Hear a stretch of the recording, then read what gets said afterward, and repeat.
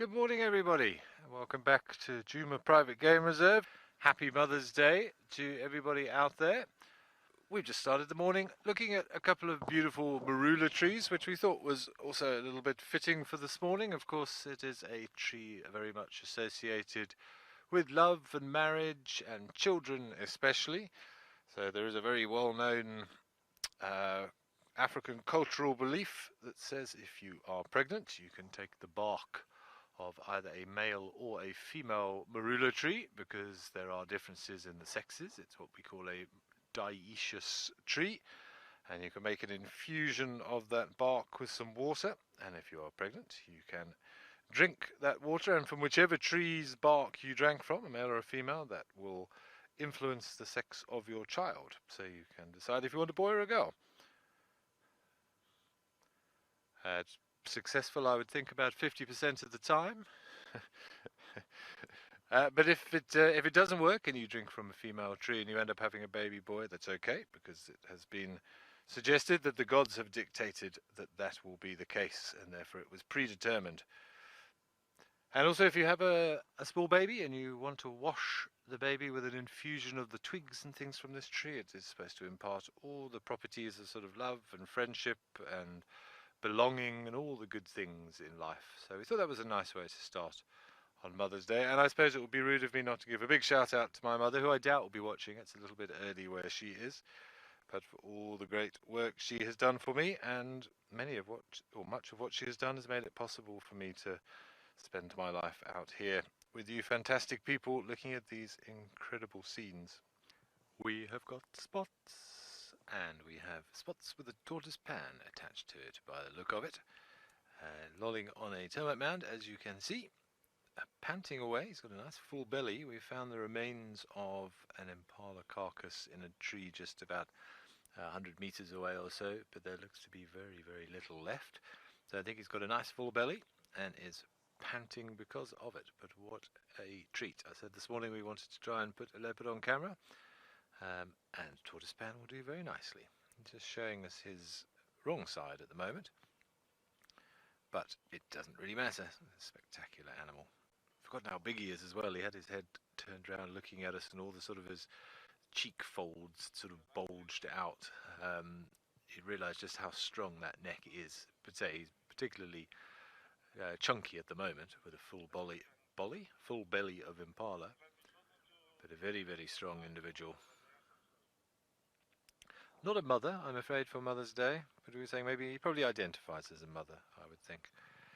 Of course, leopard mothers have to go it alone. The males show absolutely, well, I can say absolutely zero parental care, but they will socialize with their cubs. We do see them together sometimes. I used to see Moati with Kalamba and her previous cubs.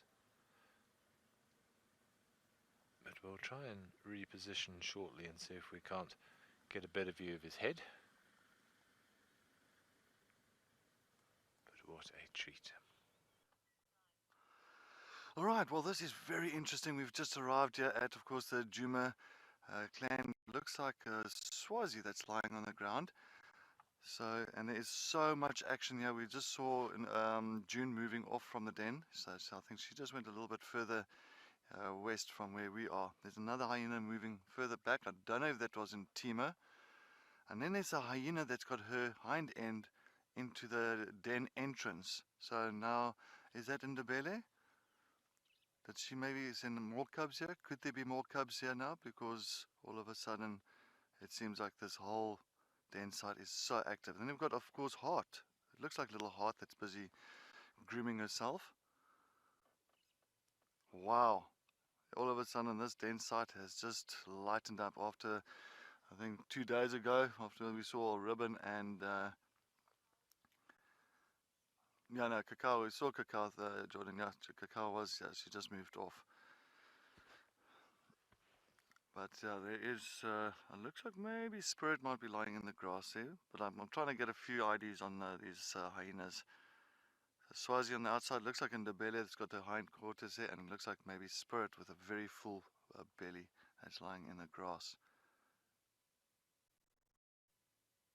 we haven't seen some of these members for such a long time. And just seeing that this den site is all active again, and especially that we've got another female that's lying with her hind end into the den entrance, maybe tells us that she might have little cubs here as well. So they don't do allo suckling, so she won't allow June's cubs to come and suckle from that female that's pretty much lying at the entrance. This one's just getting up now. Coco is just running off there. Who is that there? That's just got out of the den site there now. I think that's in the belly. Because see, look at her, and her teeth are very large as well. So I'm sure she's almost about to have youngsters, though. If she hasn't had them yet, because she had her hind end in there. So that is alright. So now they're all gone. And all of a sudden they were here, and then they just got up and moved off, because there is apparently wild dogs in the area as well, so I'm sure they might have picked up on some noise. Oh wait, we've got wild dogs here.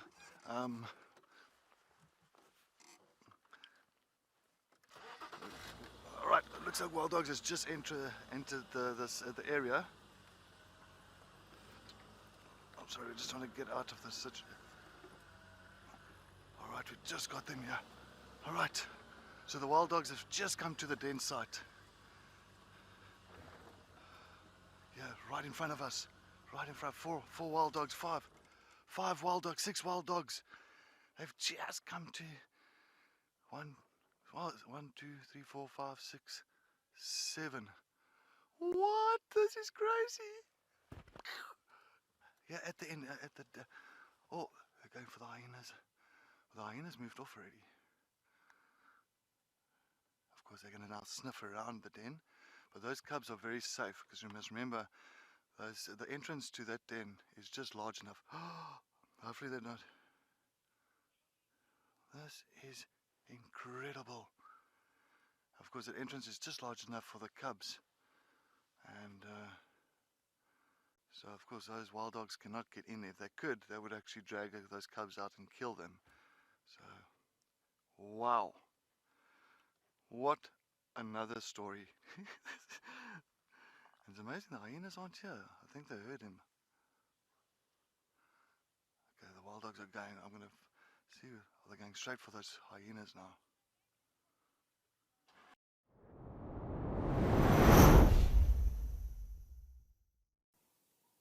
Hello, boy.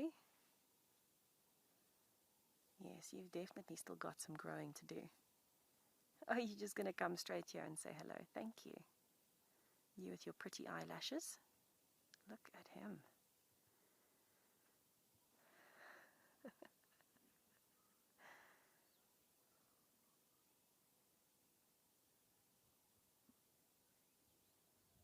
You can even see those little hairs all around his mouth, making sure he doesn't put his whole face into a pile of thorns. If we watch carefully, we might see that lump come back up his throat to his mouth.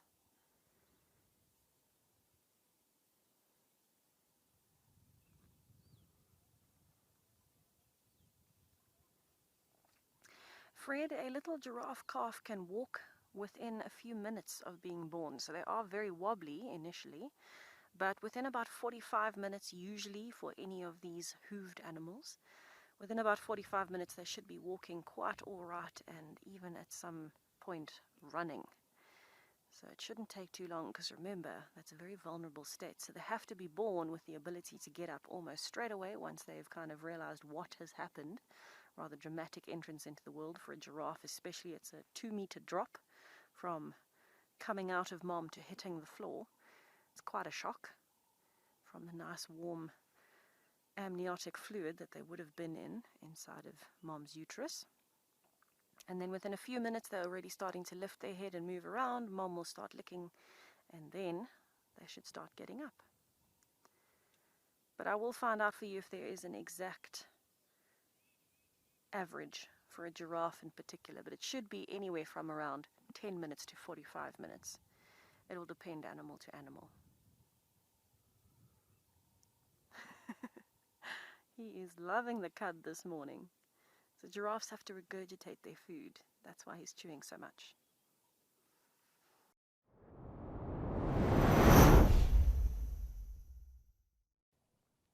Look at these two young calves.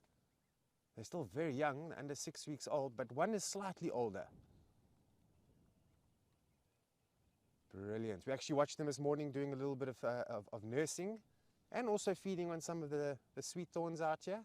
And this giraffe that's sort of bending to the ground over now still has remnants of the umbilical cord, which is quite interesting. Look at that. Beautiful. Very, very beautiful. Now, Igor, he said a very fancy word this morning, and he's quite right, that giraffes are born what they call precocial. So it means that there's quite a long gestation period. It's about 15 months with a giraffe. And because of that, when the calf is born, they are ready to go. They're almost ready to walk from birth. And they get up on their feet and they start walking around. Eyes are open, basically ready to go. And then those animals that are born artificial, like lions and leopards and so on, they've got a much shorter gestation period. And because of that, lions and leopards, their young are born helpless. Eyes are closed and they are helpless. They need help with everything that they do. And giraffes, after a few hours, they're going to be on their hooves, they're going to be walking around, they're going to be nursing and ready to go. Precocial versus artificial.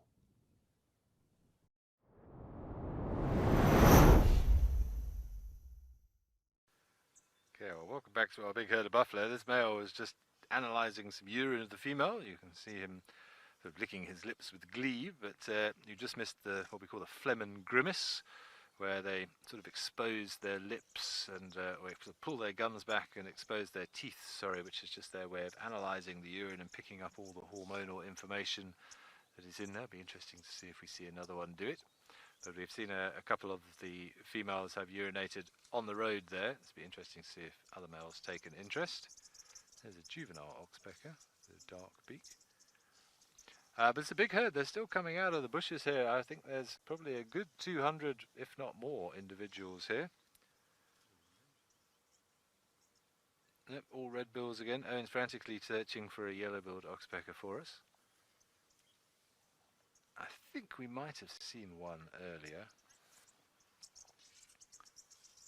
There's a calf having a drink. You can see the way that they drink from in between the back legs as opposed to in front of the back legs, which is why they do sometimes get pooped on, which is unfortunate and highly amusing at the same time if you have a puerile sense of humour like I do.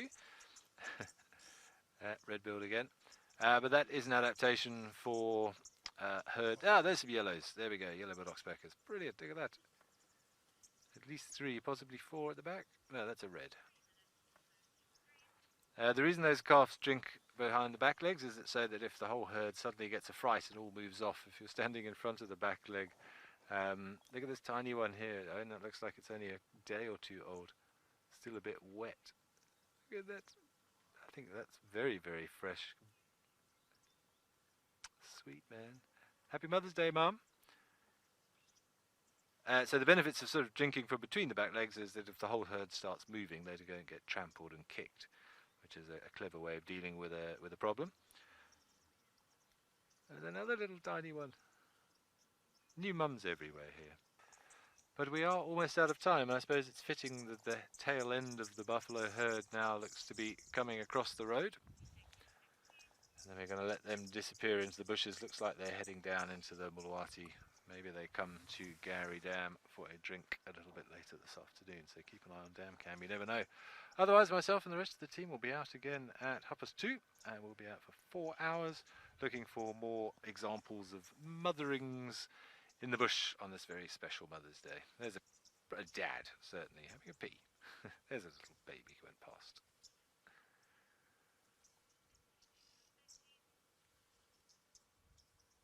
He's got a hood ornament there with another one of those oxpeckers. I'm glad we managed to find you a yellow-billed after all of the excitement, or a couple of them.